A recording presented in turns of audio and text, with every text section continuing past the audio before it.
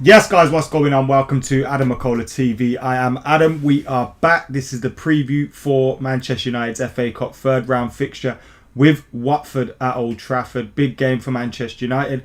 A game where we will see a host of changes for the Reds. Ole Gunnar Solskjaer confirming as much in his press conference as Manchester United look to a big week in the Premier League as well, with back-to-back fixtures against Burnley and Liverpool coming up. Fixtures which, if the results go the right way for Manchester United, could see us 6 points clear of Liverpool at the top of the table. But we can't look ahead to that yet. We have to look and focus on this FA Cup game against Watford at Old Trafford. And after the disappointment of being knocked out of the other domestic cup competition, the League Cup, at another semi-final stage earlier on in the week, United need to be going through in this competition. There's no if, buts or maybes.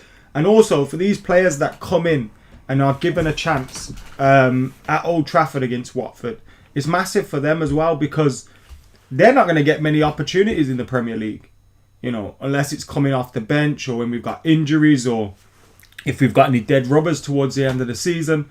A lot of these players that feature in this game against Watford will not feature in the Premier League games. I think it's just the truth. Do you know what I mean? When you think of the likes of Juan Mata, Jesse Lingard, Adrian Igalo, who potentially be playing, and he leaves at the end of this month. You know, even Daniel James, who hasn't had much game time this season for Manchester United, because of how crucial the games are, because of how much Ollie has kind of found his 11, and, you know, probably a couple of players either side of that, let's say 14, 15 players that generally make up his 11. And if these players that are stepping in can get a victory and get through to the next round of the FA Cup, then, you know, it's another opportunity potentially for them in the future. Or if big performance in this game, and you could be in with a sniff of starting some Premier League games, but it's going to be difficult. There's competition at the club now, and that's been one of my favourite things about this whole season, is that, you know, when you look at the bench these days, Manchester United have on the bench Donny van der Beek, Edinson Cavani, or Martial, depending who's starting for us. You know, we have a stronger bench. Alex Telles is occasionally on the bench. Juan Mata's on the bench, and I know he's been on the bench for a while, but, you know, when you're looking at a bench and you're seeing those kind of names, they're strong characters to have on there, and they're only going to improve your team, or, you know, give you something different coming off it. So we've seen that we have quality on the bench now, and that's one of my most exciting things of the season so far, is that we have these players there that we're able to call upon if needed, and there's a little bit more quality in there as well. So yeah, that is key thing for me. I'll be on the paddock today for the watch along and for the reaction and all that kind of stuff. So I will be on Stretford Paddock today. Ming in the comments is good afternoon, 21 is coming. We got Yao Keem in there, Jace Hef, Adam Chandraday, Siddhartha's in there, Mini, Shobit, Garson, Bill is in there as well. Thank you very much for joining us today. Glenn says, any debuts today? We were hoping for a debut from potentially Facundo Pellistri, but unfortunately Facundo Pellistri has tested positive for the coronavirus, so he will not be involved in training, I imagine, for a while with the under-23s, but also he will not be involved in this game. And United were hoping to potentially put him on the bench and bring him on later on into the game, you know, and see what he can do in the first team, because he's been doing well in the under-23s. I think he scored in like his first 3 appearances for them, which was good, which was positive from him. We needed to keep that going and kind of keep the momentum going as well, to be able to then make your first team debut in the FA Cup at Old Trafford. Would have been massive for him. Obviously not going to happen now. It's a shame. It's not the end of the world though. It's still very, very early in his United career. We got Matt in the comments, Sean in the comments, 2 Sean's in the comments. Thank you both for joining us. Minnie says, if only Pellistri didn't have COVID. Martial needs to start, says Jared. Get some momentum, 60 minutes to get some consistency. I love Bruno's attitude, should be our captain, says James. I think Bruno Fernandes is one of those guys that doesn't need the armband to you know, he doesn't need the armband to play the way he plays, to do what he does. He doesn't need the armband to have those demands, have that mentality, have that kind of, you know, the spirit that he's brought to the club and because Bruno Fernandes, yeah, I think the biggest thing about him, obviously his goals and his assists and his quality, but I also think he's raised the levels up here as well. In terms of the demands from all the players, the demands going into every game. Now, under Ole Gunnar Solskjaer, I always felt we had a chance because I always believed we'd go for it in games under him. I always believed that. Now, when Bruno Fernandes arrived, there was a difference. The quality had just gone up because there were so many games and we were playing Lingard and Mata in there, or Andreas Pereira, and we all loved those guys, but they weren't good enough for Manchester United. And we saw a stark difference between the start of the season when Bruno wasn't here and the end of the season when he arrived. But that mentality change in the dressing room is a big one, and I think he's a big part of that as well. Edinson Cavani coming in would have been a big part of it. Even Donny van der Beek, like bringing in someone from a place like Ajax, which is a hugely cultured, footballing institute. He's had massive experiences in the Champions League, massive experiences with Ajax. He comes to United. Yes, he's on the bench, but he's in the dressing room. He's in the training ground. He's training with everybody. The levels have just gone up. Alex Tellers coming in as well, and that's important for the Reds. We need to do that every single summer, every single transfer window. You'd like to add somebody that can improve your team. Going to be difficult this transfer window. We may make one or two, but apart from Amad Diallo, I'd be surprised if any more happened. But that's what we've done to the squad over the last 6 months, and the transfer window wasn't ideal in the way it happened, in the way that it went down. But when you look at it now, we're looking good. Mata and Van der Beek should start today, says Sagnik. Would love a Igalo goal, says Sean. Hope a few debuts are given out today and play Igalo, Jesse, Mata, etc. Do you think Brandon will get a chance today at right wing? I don't think he'll play at right wing, Chandra, but I think he will get a chance. Jared says Bailly should not be risked today. Any idea who will play right back? Why aren't we playing Brandon Williams in his right back position? What do you expect to see from Mason Greenwood for the rest of the season? Says Raymond Grady. I expect to hopefully see a continued improvement in him. Now, what you've got to be aware of, last season when he come in, defences didn't know him. He was a little bit of a wild card. He was a little bit new to everybody. And he took United's team by storm, let's be honest. 17 goals in the season. An incredible return from him. He had a great time out. And then this year it's been a little bit more difficult for him. He's played less football. I think it's important to point that out. Let's have a look at how many minutes he's actually played this season. I don't think he's played many minutes this season, so let's have a look. Let me just get that up. But Mason Greenwood hasn't played as much football this year in comparison to last year, and it's been a slow start for him. So he's been in the starting 11 in the Premier League for United this season 50% of the time, which I suppose is good, and he's had 43% of the minutes. So I suppose it's even more minutes than I probably thought he had played, to be honest with you. A lot more minutes. He's played in 927 minutes of football this season, which is like 10 full games. He's made 10 appearances in the Prem with 624 minutes, 5 in the Champions League with 209, and 3 in the EFL Cup with 94 minutes. Got 2 assists and a goal. 2 assists and a goal in the Champions League from 5 appearances. 1 goal in the Prem, and a goal and an assist in the EFL Cup. So his goals have obviously dried up. 3 goals, 3 assists for him in 18 appearances.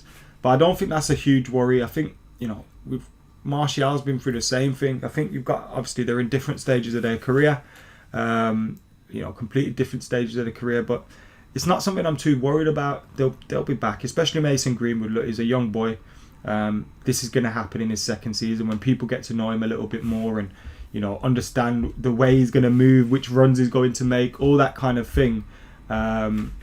It's going to take a little while for him then to readapt. We also had he had a few personal issues in the summer. He obviously had the England thing happen as well.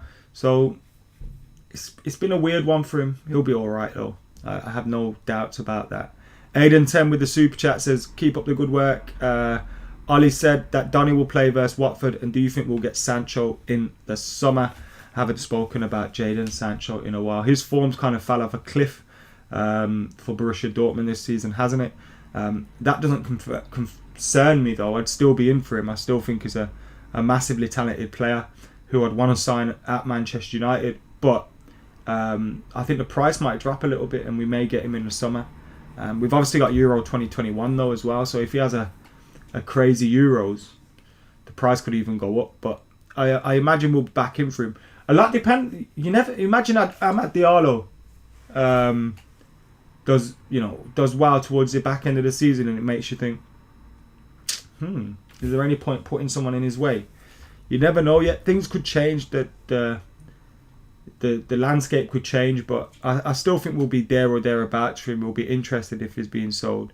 BM Racing says, would Sancho's current form worry you, or is it possible he wants to move so his heart isn't in it? Yeah, I don't think his form worries me. I think the latter could be said. Don't think that's good for any professional, but it could be said. So yeah, there you go. Manchester United, Watford tonight. Ben Foster. We were supposed to be jumping on. Me and Joe were supposed to jump on Skype with him this week, and he let us down. He's made an enemy of us now. He will be remembered on PL Piss Take. You best believe it. Which will be back soon as well. Chandrelay says, for your information, you and Rory look great together in vids. Me and Rory, what people don't realise is, well, you might realise it actually, me and Rory was one of the first people that I worked with on YouTube. We've been good friends now for like 7-8 years. I like Rory, he's a good lad, and obviously because I'm on the kickoff full time now, spend more time with him. Me and Rory are going to be doing probably a weekly or fortnightly show for AdamMcKola TV too, where I ask for your questions and stuff. Obviously COVID's an arse at the moment, so it's difficult to get it done, but we will try and get something sorted for you. The Watford Way are in the comments, looking forward to this one. He says, or she says in the comments, thank you for joining us, big game for Watford, and I keep an eye on Watford because obviously you got Ismail Assar, who's a talented young player, who everyone obviously gets linked to these days, but Watford are also a team. I like Ben Foster. I watch his videos, his cycling goalkeeper videos. Tom Cleverley's there. Craig Cathcart, I think, still there. Troy Deeney, I don't mind Troy Deeney, even though he started working with the Sun. So I do keep an eye on them. They're sitting 6th in the league at the moment with a game in hand on those at the top of the table. They win that game in hand, they could potentially move 5th, ahead of Reading on goal difference, although Reading's goal difference isn't that much worse than theirs. So they're doing okay in the league. They'd probably be expecting to get automatic promotion, probably with their budget and things like that. They lost their last game against Swansea, which I didn't mind at all, as my man Jan Dander plays for Swansea, and Swansea are looking to get promoted as well, sitting 2nd at the moment. So it's going to be a difficult battle for them. And their form's not great recently. They've changed manager as well, which is obviously an issue for them. They always change manager, but they've changed manager as well. Lost 2 out of their last 3 against Swansea and Huddersfield. Beat Norwich. So it showed mixed form. Norwich are top of the Championship and they've been beaten by Watford, but Watford have lost against Swansea and Huddersfield. So it says all you need to know. But what I'd be interested in the Watford Way saying in the comments is, do they think that Watford will play an understrength team? Will they rest players? How will Watford approach this? Are they going to be focusing strictly on on the Championship and getting promoted, or are they going to take it seriously? What's the sketch, or what's the POV from a Watford perspective? That'd be interesting to know. Obviously for United, our domestic run since that defeat against Arsenal was brought to an end with a defeat against Manchester City. So we'll be looking to bounce back and get back into the swing of things as well. Right, let's go to my predicted 11. Here we go. It should be ready. There we are. Here's my predicted 11. Now, the other day, I was saying Anthony Martial to start. Like someone else said in the comment, you start him, you give him 60 minutes, you get him a goal and all that. But at the same time, I think you need to rest. So, do you just rest him as well and just, play him against Burnley? I think he's had a good time against Burnley in the past. He can get some big goals in the coming week. That would be worth, if he gets a winner against Liverpool at Anfield, or he helps us get something there, that'll be worth 5 Premier League goals. Do you know what I mean? So there's big opportunities for him to come. And despite his performance against City, which wasn't great, I think his performance in recent weeks has actually improved. When you think of, he got a huge goal against Aston Villa for us. Good performance against Everton in the Cup. Sheffield United, crucial goal there in the turnaround. Leeds United, loads of assists in that. Should have scored, but he played well. So we have seen better performances from him. The Man City one wasn't one. But I've still gone with this team. James, Greenwood, Mata, Lingard, Van der Beek, McTominay, Williams, Maguire, Twanzebe, Alex Telles and Dean Henderson. I think that's a very, very strong team. I think, you get quite far with that team as well, to be fair. I think you'd do well. And that's a good 11. Jake says Watford will go for it. The Watford way says the Adi and Igalo derby. Ben Foster's YouTube channel is quality, says Sean. Yeah, it is. I think they'll play a strong team. Sarr, Deeney, Graham, Foster, etc. says Catastrophe. Big opportunity for the new manager as well. If you get a win at Old Trafford, it changes things for you. And if Troy Deeney does play, then getting someone like Harry Maguire in the starting lineup is a good thing to have. I can see him starting because Ollie normally rests those around him, but don't rest Harry Maguire, which is interesting. But I think Harry Maguire will start in this game. So that's my predicted 11: Dean Henderson, Williams, Maguire, Twanzebe, Alex Telles, McTominay, Van der Beek, Lingard. Do you remember him when he was keeping the hair out of the team? Mata, Daniel James, and Mason Greenwood. So that is my predicted 11 for this game. I'm looking forward to it. Obviously, it's a little bit less tension than the Premier League games. I'm shitting myself for every single Premier League game that comes along now. But these games are obviously still important. I'm a huge fan of the FA Cup. I still love it. Obviously, you have those memories from when you're a kid, watching the FA Cup finals and seeing the buses coming in from a bird's eye view. The first FA Cup final that I can remember, it's not the first one that I was alive for, but the first one I can remember watching was the 94 FA Cup final and beat Chelsea 4-0 in the pissing rain. That's my first memories of the FA Cup final. Then you've obviously got 96, Cantona late on. 99 was on my 10th birthday when we beat Newcastle 2-0. Got some great memories of this competition, and obviously, when you look at the qualifying rounds, the 3rd, 4th, 5th round, etc., we've had some mad ones. So yeah, I love this competition. Hope we stay in it. Big opportunity for some players to step up. Donny van der Beek coming into the team as well, which is huge. Hopefully he can put in a performance today. It's a shame because when he's starting, the full team isn't starting, which is a bit unfair, but there's enough quality out there to get this job done. And I expect United to do that. I'm predicting a 2-0 win for United today. I think it will be difficult. I think Watford could keep it 0-0 for a long time, but eventually United will get the job done. Let us know your thoughts, your predictions in the comments below. Make sure you're liking, commenting, sharing and subscribing to AdamMcKola TV. We'll be back later with reaction as well, so make sure you join us for that. Until then, I've been AdamMcKola. I'm out of here.